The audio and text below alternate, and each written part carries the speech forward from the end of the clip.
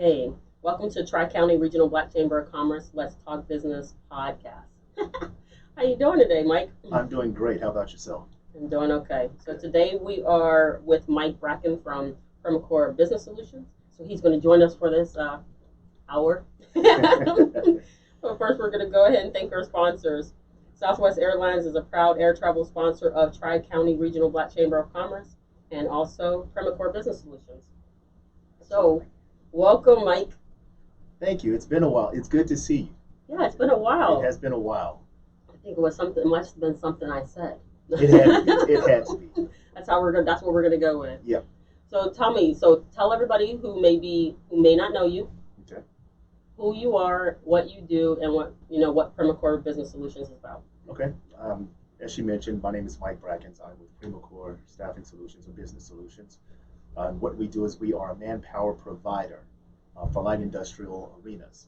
And we do dibble and dabble in some of the clerical arenas and telecommunications, but our bread and butter comes from light industrial. So what we've been doing, as most of America, definitely Houston, is adjusting. Yes. We've been adjusting and making sure that we are able to answer the call, that we are able to kind of help people adjust and pivot as they see fit, and that we make the necessary changes to be effective in this new normal. Yes, for sure. So I want to make sure that we get clarity. Okay. Light industrial work. What does that mean? Warehousing, general labor, production work, food production, things of the sort. So that's good to know because some people like myself, I don't really kind of understand light industrial. Yeah, I got to watch the jargon. I'm always thinking I'm talking to industry people, so their jargon always comes out. So thank you for that clarity. So I don't know, and I think a few other people may not know. And, so I just want to always be clear. Yes. Howard taught me, as if I didn't already do it, gave me an extra quirk that says definitions. You got to figure out what the definitions are, because we are learning that everybody's definition of a word is different. Completely different. So we want to make sure that we're talking about the same thing. So that's why I asked the question. Absolutely. So you talk about the changes and stuff that have happened. So tell us a little bit about the changes that you have noticed with some of the people that you have been working with. The truth of the matter is that most people right now are afraid. Yes. They are operating out of fear. It's a very touch and go type of situation because nobody wants to be involved with any type of COVID-19. Yes. Anyone that's had it, if you look like you had it, if you sneeze, okay, you got to take your temperature. So what that has ultimately done is stopped companies from hiring. Really has it? Yes. So we got all these millions of people without jobs, and people are afraid to hire. Absolutely.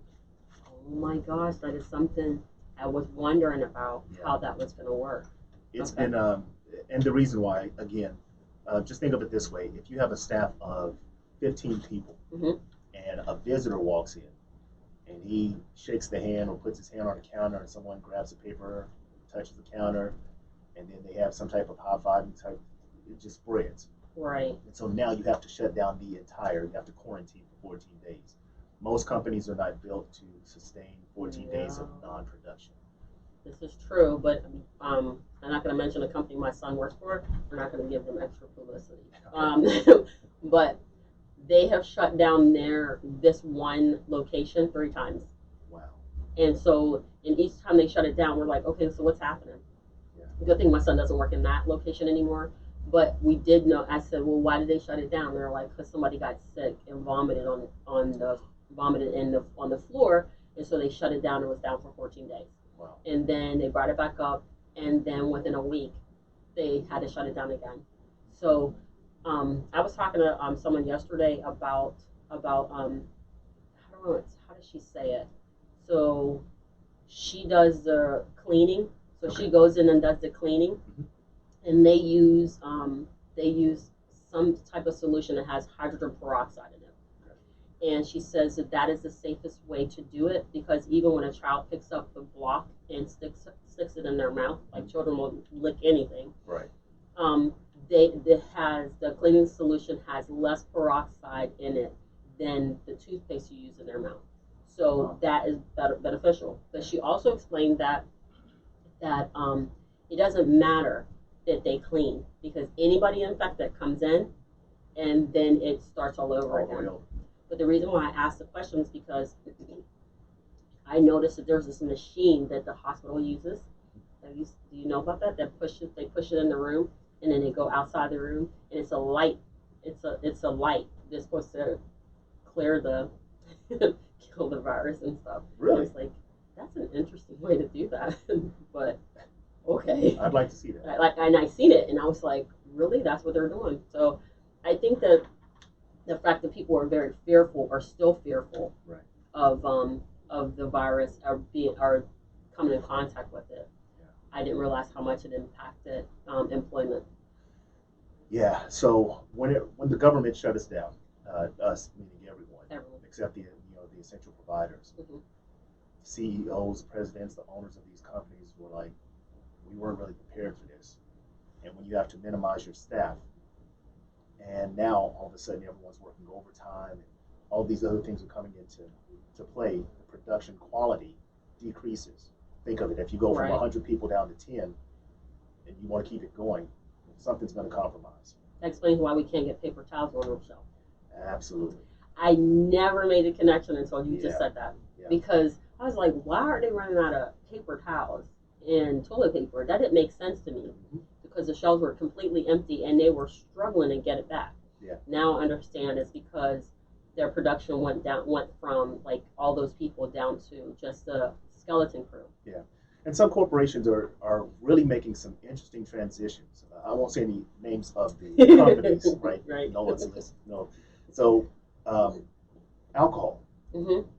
beer, alcohol. Yes. Those companies have started making hand sanitizers. Yes. It's like maybe a switch of maybe 3 or 4 different products, Mm-hmm. and you're good to go. And they're using it and they're putting it still in their same bottles. Yes. So they're not losing anything. They just change what they put in their bottle. Absolutely. I thought that was so cool when I Yeah. first seen it. I was like, oh, yeah, that'd be really awesome. I made my own hand sanitizer. Yeah, I tried it, and the smell that I got from that was ungodly. So I threw that stuff away. I was like, I'll find it somewhere else. Yeah. So Yeah. it's challenging. So if people are worried, or if they are afraid to hire, how has that impacted you guys? Once we recognized what was going on, we had to say, if I was a business owner, but I still needed people, what would I want to happen? So the other side of our company is nurses, etc. Mm-hmm.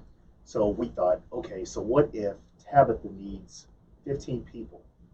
We're going to give her 14 people and 1 nurse that screens everyone that comes in and everyone that leaves.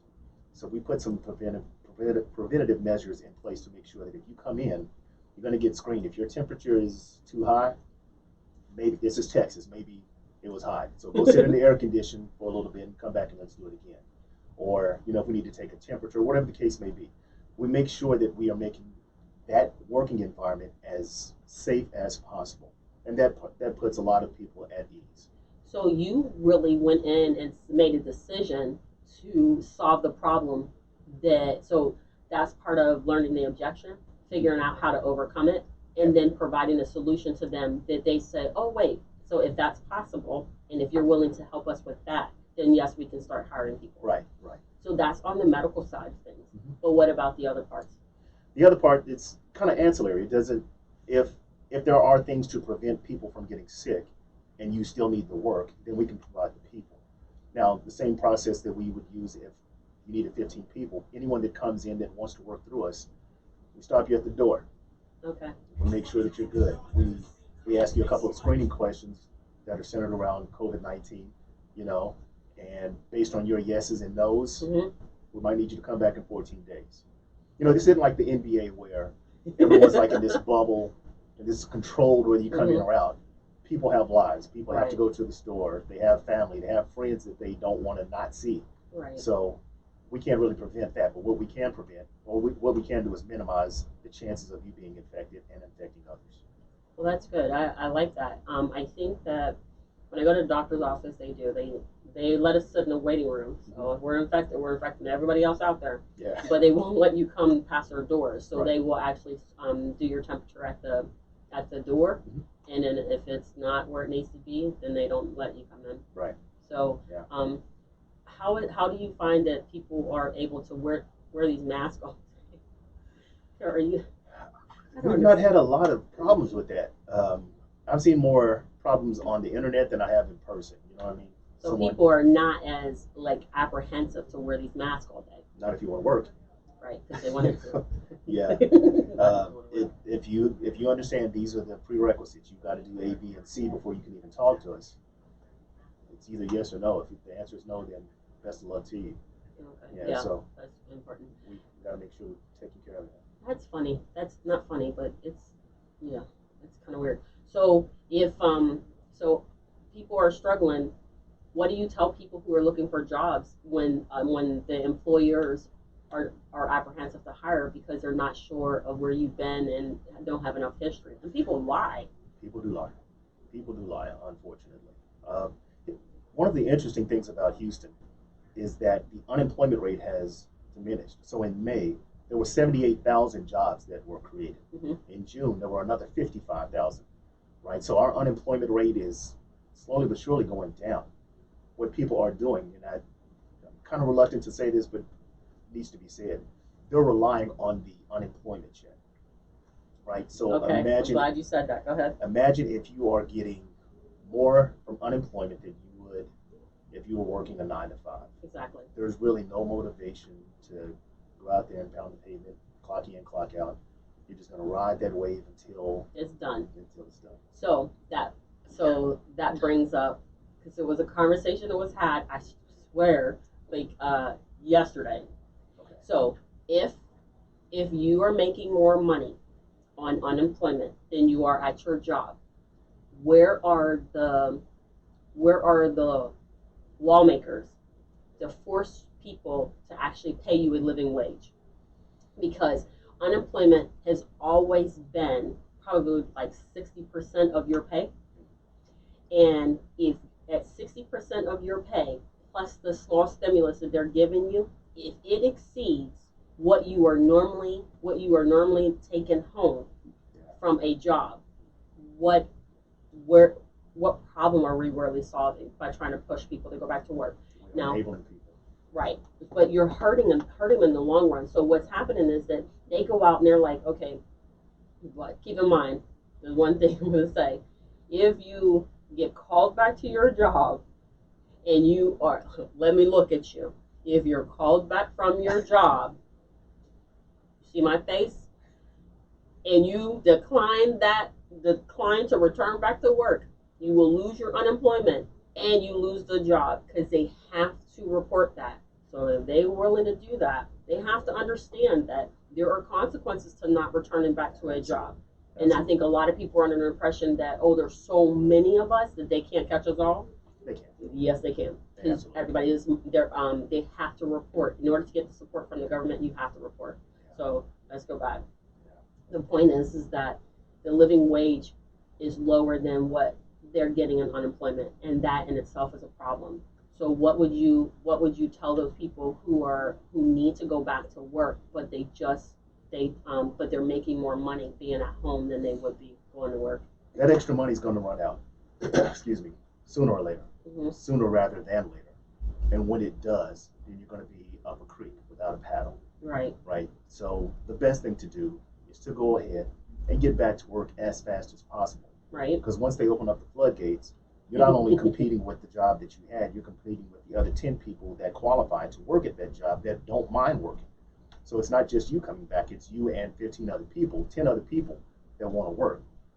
Get the job now. There's more security in getting the job now than trying to wait until the alleged money kind of dwindles off. Yeah, well, I think that money is ended anyway, July 31st. Tongue in cheek.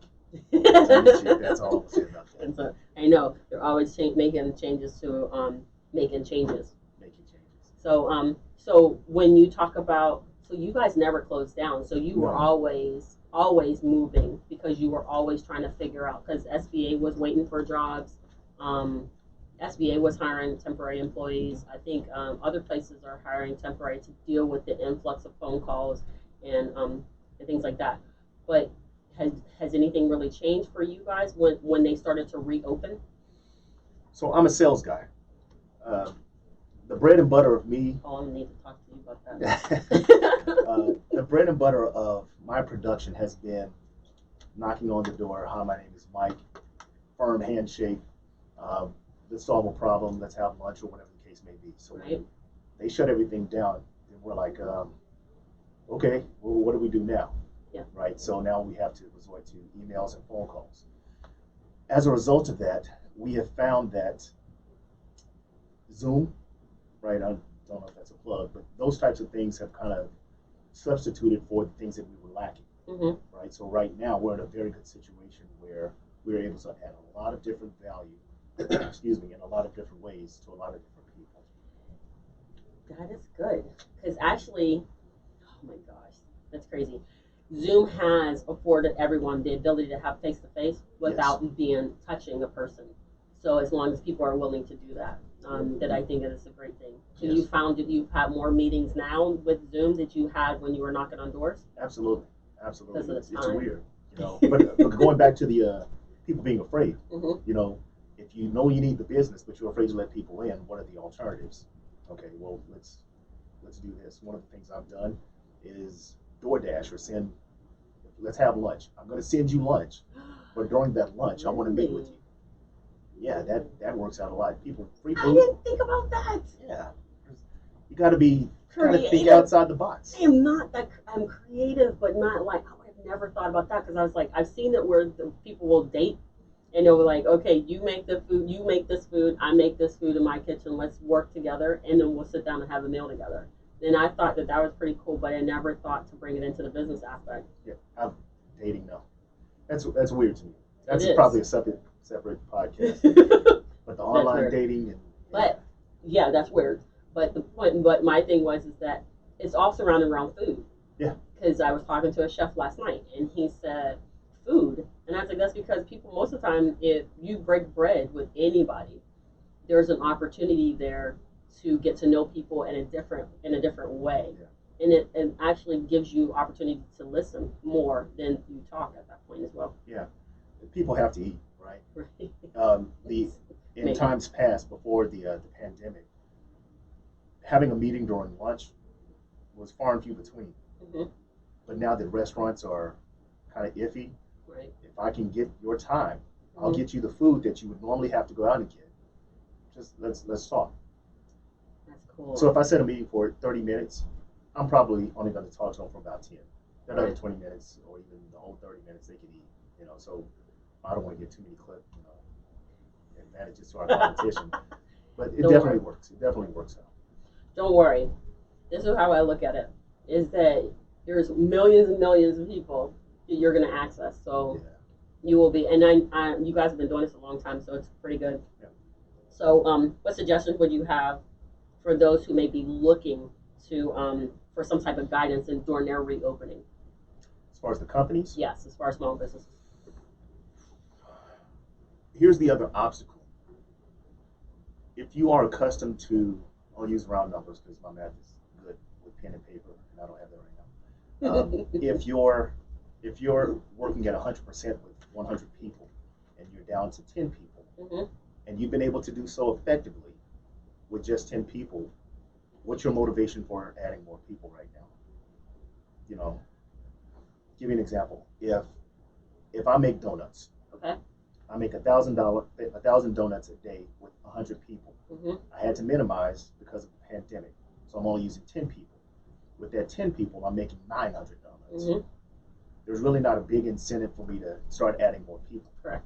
So what we have to do is we try to show them a lot of different numbers, a lot of different figures, a lot of different avenues of getting that production up. Once your production goes up, then obviously you're making more money. And making more money doesn't have to necessarily be bringing back the 90. Hmm. It could be maybe 5 people. It could be maybe another 10 people that work 2 different shifts. So having that conversation of what production looks like for them, what quantities they're working around, what that looks like, and we come up with different strategies for different people. So I like that about you guys. I like that about you for sure because I've had conversations with you, and it's almost like, okay, so this is where you are. So if we shift you just a little bit, and then see what it looks like. And I think the message I'm receiving from you today is that just kind of look at what you do and understand that you can make a small changes even though and make your goals, but then how do you get out of the hole would just be make a add a couple of extra people or something like that. But just doing a little bit of a shift will actually help the business overall. And what you just described is lean manufacturing. Yep. So when people find that if you have 100 people and you make 1,000 donuts, you're like, okay, so somebody's not working. That's what you end up finding out. Exactly. You find out that there's a ton of people on your payroll that's not really working. They're not adding value to your company. And that's another benefit of staffing companies, right? So if if a company brings on a temp, Mm-hmm. we take care of all of the responsibilities. Okay. The unemployment, if the production is not there, any disciplinary actions, if they're coming in late, if they have on the wrong clothes, if they're on their phone the whole time, the company gives us a call. They don't have to deal with that. That's a headache that they don't have to deal with. Yeah, we call them and we replace them or whatever the case may be. I'm sorry, I think the wheels just started turning in my head. So I'm like, wait a second. Yeah. I don't have to deal with no people. Essentially, we are a manager. The manager. We're a separate manager that's not on that company's payroll. We're the manager and the HR person. I'm liking this model. It's beautiful. It's beautiful. A lot. So if you got an influx of people that came in and said, okay, I'd rather do it this way. But okay, so I'm cool. I have it in my head. I now know what I need to do because I had a thought of how I wanted to roll out employment for the people that I would want to employ in the near future. But now I have a different way of looking at that as possibility as to how to manage that. Some of our stronger partnerships are with business owners that don't have any employees on their book, but they outsource all of that to us. So if they still have a staff of 20 people, all 20 people are working through us. We take care of the payrolling, we take care of the insurances, all of those types of things. That cuts down on the overhead, that cuts down on a lot of the expenses, and it's a lot of pure revenue that they are getting as a result of doing that. Oh my gosh, this gave me chills. So the thing that I did not realize, I thought that, so not all staffing companies must do this. Not all. Okay, so that's why I was like, wait a second, this is totally different. So while people are starting to reopen their doors, and saying, okay, we're going to allow some people to come in, I can actually see where they would be able to say, but I don't have enough money to do that, but I can outsource out to you, which will reduce my overall cost, will keep more money in my business so that I can continue to reinvest it. And then I still have employees that will work, that will be able to continue to help the business flourish and grow. Yeah, absolutely. Yeah, it costs more to, I think, fire someone than it does to hire them.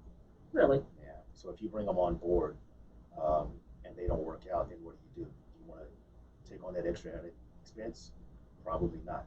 But if you call me, if you call Primacore Staffing Solutions, say, hey, Mike, we need 15 different people for 2 months. Okay. So now you don't have to fire 15 people in 2 months. We just let them know this is a 2-week or 2-month assignment. They need to say yes or no. Yeah, they're good.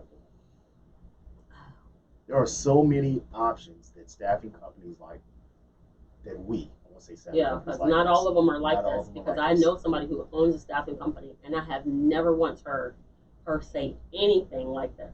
Yeah, we go in with the full deck of cards. Now, if you only need one card, then that's what we give you. We cater the work that we do to your needs. We can't just come in. 16-year-old person that gets a car, you don't get them a Lamborghini. Oh, you get them a hoopty. You let them deal with that because that's what. If you're an average person, you get a hoopty. All right. So my point in saying that is that we don't give you everything that we have if everything that we have is not going to be beneficial for you. Right. Everything has some type of price or it has some type of responsibility to it. Mm-hmm. And why would I give you that much responsibility with something that's never going to be utilized? It doesn't make sense. That's pretty cool. I really like that because I'm like, yeah, I never ever thought that I would ever go through a staffing company. But now that I understand that there's differences in the staffing companies, the conversations are different. Yeah. But now that I know you, then I don't really need to go to any other staffing company. Just give me a call. I just call you and be like, okay, this is what we're going to do, and just work it out. So do you work, does that work with employees or 1099s or, how does you work with all of them? Everyone is W-2. So we don't do 1099s. Okay. Now, that's tongue in cheek as well. Because if you came to me and you said, hey, we need 15, 15 is just the number of That's okay. 15 18-wheel drivers, Mm-hmm. truckers. Well, we don't staff those, but what we can do is we can source them. Oh, okay. We'll find them for you. We'll qualify Are you them. serious? Yeah. And then we'll give them to you at some price or at some cost. It's a lot easier that way. So, okay, so you really do cater to the business that's coming to you. So Absolutely. if they're willing to have the conversation, you're willing to help them get meet their goals. I'm big in networking, right? Yes, you And I am not afraid of saying, you know what, I can't help you. But I know someone that can. Partnerships for sure. Call the Tri-County Regional Black Chamber of Commerce. Ask for Miss Leandria. Tell her Mike sent you and tell her what you need. Right, and then it'll work out. So that's pretty cool. And that's also the beautiful thing about Tri-County as well. This is one of the most well put together networking organizations that I've ever been a part of. Yeah, I know, because that's what I talked about too, is the fact that when I came, I was looking for a while. I was trying to find, and everybody kept saying, "Oh, join this gym. Oh, join this one," and I would go to different ones, and it just wasn't. Um, it didn't resonate. It didn't make me. It didn't leave me saying I should do that. It left me saying, "Why should I do it?" But when I left this one after my first meeting, I was like, "I need to do this Yeah. because I could see the benefit in that." And so that's a super huge part of networking. So even though we're talking about staffing and the pandemic, and the other thing we'll need to discuss is how what steps to take for safety measures outside of the measures that you guys take. But the network alone is sufficient enough for us to be productive in a way in which we wouldn't. For me, I can own it for myself. Is that I don't think that I would have been able to make certain milestones without coming to this chamber, because the other chambers that I went to and visited and things like that, even some of the groups, advisory groups that I'm on now or with now, they still don't provide.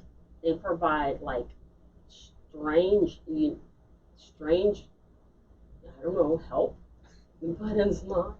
It sounds crazy. That's why I never tell anybody. I never give any names. Yeah. Because I don't want, because my experience may not be, my experience is my experience. It may not be the same experience, because I just talked to someone else for another chamber that I'm near, and I was like, has this helped you? And she said, yes, when it was open. But when it's not, because it's not open, it's not really bringing me anything, but I still have to pay my dues. So, but for this chamber, there's changes to the calendar. She has really made it a point to make changes to the calendar and to bring certain things back into life under virtual events in order to get people connected, throughout the chamber and through their partnerships. I'll say this. This wasn't the first chamber that I approached. Okay. I knew that I needed to be a part of a chamber. That's not me. So I was introduced to another one, Mm-hmm.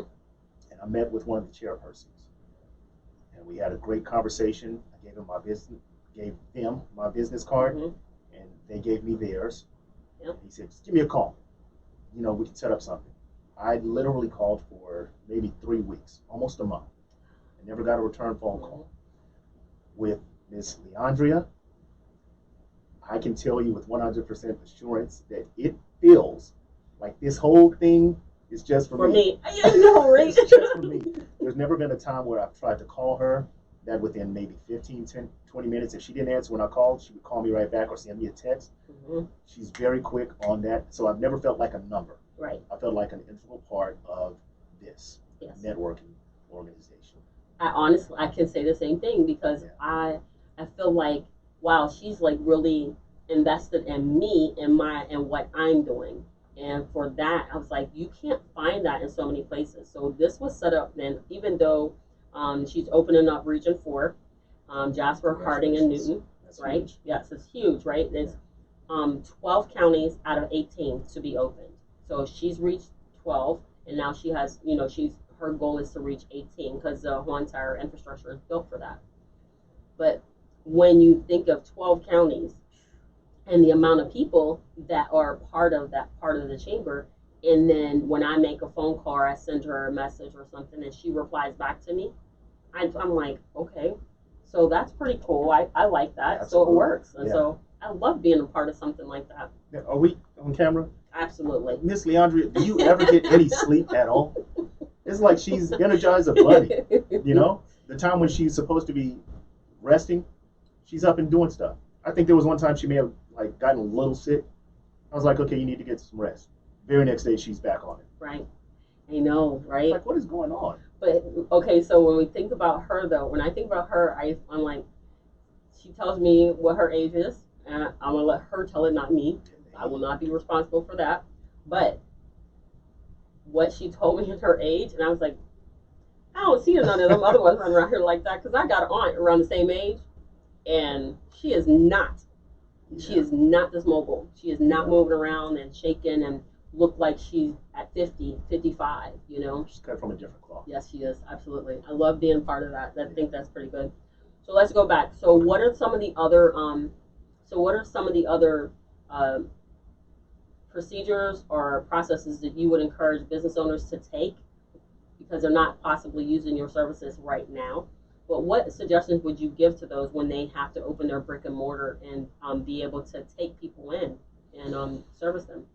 Another thing that we've incorporated is proactive recruiting, right? So we Okay. still have those conversations now. Ultimately, at some point in time, maybe at the beginning of the year, things are going to open up and we're going to get back to what we thought was normal. Mm-hmm. Other than people wearing masks, it's going to go back, right? We're going to be wearing masks forever. And that is the strength of how we have been essential for companies. Okay.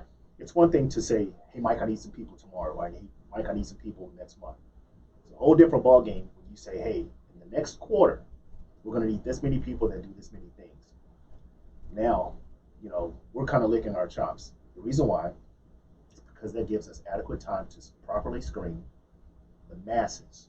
It's not a shotgun. We got to get them right now. We got to get them right now. We get to call these people in and interview them or virtually interview them, and we get them positioned to pick up where they left off, essentially, right before the pandemic. Okay. So I would encourage that these businesses ever see any type of growth happening once the shutdowns, the closeouts have been lifted. If you ever see yourself getting to that point, now's the best time to do that. Having that conversation, it doesn't cost money to have a conversation unless you are a lawyer or a psychiatrist, and we're not them. But we are some psychiatrists, but we're not licensed. Right. So we have those conversations, and I would say that right now, I think we have maybe 2 clients that are looking for substantial growth in January. We're 100% okay with that. We're doing everything that we need to do at this point to make sure that once they say, okay, Mike, we're ready, that we have everything set up and we're ready to go. So prepare for what's to come and not react to what is right now. Would you suggest that some of these business owners that they use temperature gauges and things at their doors before they allow people to come in? Unless you're okay with someone possibly coming in with COVID, yeah. Because okay, so the lady I was speaking to yesterday, because she's the one who does the cleaning of the buildings and stuff. So she actually said that her little niece maybe got sick. They were quarantined and everything. Granddad was public works, so he might have been picking up the trash or whatever. So waste management or something like that. They never left home. Everybody just stayed in one place. But Grandpa was still working, but the little baby is the only one that got sick. And they spent 2 weeks in the hospital, and they could not figure out how or why she had gotten sick. They didn't know where it came from. And she also explained that the virus has mutated a couple of times. There's information out there, and she's getting it from the medical staff. So she's getting it from, where they're the ones having to watch it and pay attention to what's going on. So I have a tendency to believe more of the medical people. Absolutely. Because my sister's in that, my family, not a whole bunch of medical people, but they're like, Tafta, you should do that. It's like, nah, that's not gonna work. But they actually talk about some of the things, some of the challenges that they have, and some of them is that virus is mutating. So for me, there's so much that we don't know. Yes. And there's the conspiracy theories. I remember, I can say this up here, but I remember when it first came out, there were rumors that, black and brown people couldn't get it. Yes. It's like, It what? was like, what is happening? They And didn't realize medical was going to help us yeah, help us off and the cliff. people just come up with their own opinions about things that they think are facts. Right. Maybe true for your situation, but it's not facts. That's true. So there's a lot of people. So I just think that people need to remember that one, business didn't close just because the pandemic happened. You shouldn't operate from a place of fear, Absolutely. because one of the things for me in my business is that they came to me, they're like, well, you have to, fear works, Tabitha. And I was like, I don't want to use fear. Do you know why they use fear, Tabitha? Because it works. That is not the way I want to do business. I am not interested in having people run around being scared and then choosing me. I want them to be smart in choosing me. And so they use fear to scare everybody into their homes. And then I was like, once they open up Pandora's box, it's going to be hard to get back. Yeah. And that's why we got Texas struggling to be number one in all these cases. But the business is still running. You can still plan for it. The pivot is different because there's a lot of companies. I think Google announced, and I just said it, but Google announced that most of their employees will not return back to brick and mortar. Right. So if they're able to do things like that, then I'm pretty sure other people can do that too. At the very beginning of the pandemic, work from home was harder because the amount of stress that people were under at that point, because it was all of a sudden like people just shook the rug and everybody went flying and didn't know how to land. Yeah. But now that we've had time to figure it out, productivity has steadily increased. Absolutely. And that's what people don't know, because when you don't have to worry so much about, I got to take my kid to daycare, I got to pick them up from here, I got to make it to that meeting. Now you're like, I can come half dressed because it's on Zoom. Yeah. I can wear shorts on the bottom and business on the top and still get the business done, and I'm more productive while doing it because I don't have to worry about travel time. Then that means that all of the small businesses that have the capability of doing that, they just have to put certain procedures in place in order to not lose the productivity of their employees. Yeah. I know that Mr. Mooney has given a lot, I would say over 50% of our staff, the opportunity to work from home. There are some things that we have to bring people inside the office for, so we still could occasionally open up the doors, but most of us are working from home. He was able to kind of foresee what was going on and how we can make this different, how we can still keep our doors open. Did an immaculate job of doing so. So yeah, that's crucial. That's very good. That is good, and I think that a lot of people need to look into that. Yeah. I think that if you do not have to see a person on a regular basis, I think that we should try to figure out how to engage with your clients from a distance. Yep. I'll tell you one of the things I did, because I don't know, I'm a little on the nutty side sometimes. Okay. So I made my sister is in medical, so she's a PT, so she wanted candy bars done, but I had already purchased candy bars. I'd already done this candy bars, and so I literally sat and I designed candy wrappers. Okay.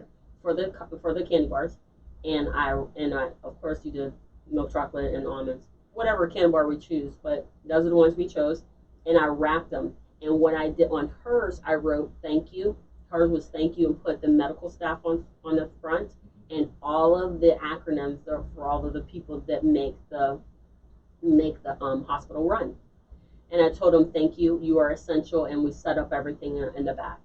And they were so appreciative of that. That's creative. I did the same thing for the schools. What I did was that I put on the front of theirs, thank you, you are essential.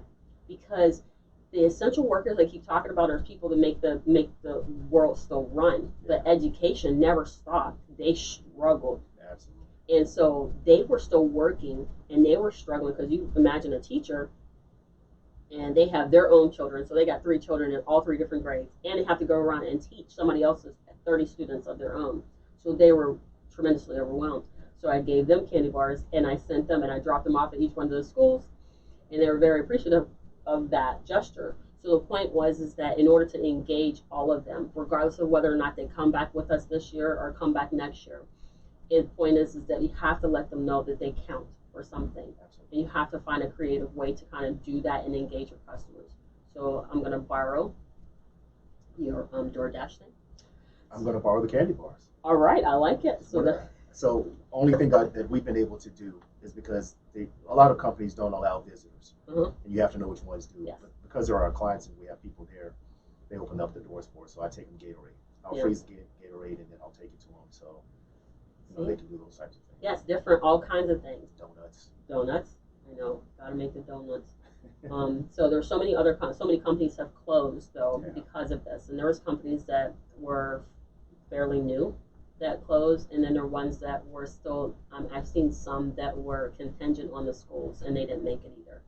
And so for me, I'm just like, okay, well, we're just gonna sit and wait and let them tell me what they need from me before I go out and do that. Yeah. But I think the other thing is relationships. This is why I brought this up, is relationships. Okay. I'm glad that I have had the opportunity to build a relationship with you. And the reason why I say that is because when all of this shakes out, you have given me a different viewpoint of how to deal with my staffing that I may not have considered before meeting you and building a relationship with you. And so for that reason, when all of this shakes out and I end up in a different type of a space, the conversation will be a little bit easier, and I will feel really comfortable with saying, okay, Mike, I need some people, and this is what we want to do, and help me figure out how to get there. And so I don't take on the overhead of the employees, and if that's your business, then let it be your business, and being able to support, so it supports both ways. Yeah. And so I'm very thankful for that. And if it wasn't for the fact that I joined the chamber, Exactly. I wouldn't have had that. And I wouldn't have had that extra peek into what you do. So I appreciate that. That definitely means a lot to me. I am one part of the whole, Yes. right? I work with a group of very talented and thoughtful people. Some of the things that I'm telling you now are not Mike ideas, but they might be from, my counterpart. Her name is Norma Guerrera. Does an amazing job of reaching out and touching people in different ways. The one thing that I will give you credit for is that you are open to have a conversation. Mm-hmm. Unless you are open to have a conversation, you move away all of the preconceived notions, the prejudices that you may have about staffing companies or headhunters or whatever the case may be. Once you get all of that stuff out the way and we just have a conversation, it's a whole lot better than you think, right? Mm-hmm. I'm not that used car salesman type of person. Nothing against used car salesmen. Yes, I do have a lot against you. I do not want any emails coming my way. Understood. But I'm not about the smoke and mirrors. Hey, look over here, and then meanwhile I'm Yeah. doing something over there. This is what we can do, but let's talk about what you need. And then Right. we, again, as I mentioned earlier, it's not a cookie cutter. Right. We're not just going to give you some package that everyone gets. It's going to be customized for you. I like that for sure. And the importance of a relationship is very, very key. Yeah. Because Maya Angelou is the one that says it's not people don't remember what you said, they remember how you made them feel. Exactly. So at the end of the day, you've never made me feel like a bad person for the choices that I may have made, and you don't make me feel stupid for having a conversation, right? But there are some people out there that are very special. You're neither one of the two. Yes, thank you. But so for that reason, and so because of that, you make me want to do better because of you're not trying to take anything away from me, but you're trying to add to me and continue to build. And so those are the type of partnerships that I would always encourage anybody during this pandemic. After it settles down and we get to a hum, because this is never going back to normal, to what we consider to be normal. We've elevated, we've gone to a different place. And so now, once all of this is panned out, the relationships we built during this time period, I feel like they're gonna have a different type of lasting, a different longevity, with these type of relationships, because it was built under pressure. Right, I agree with that.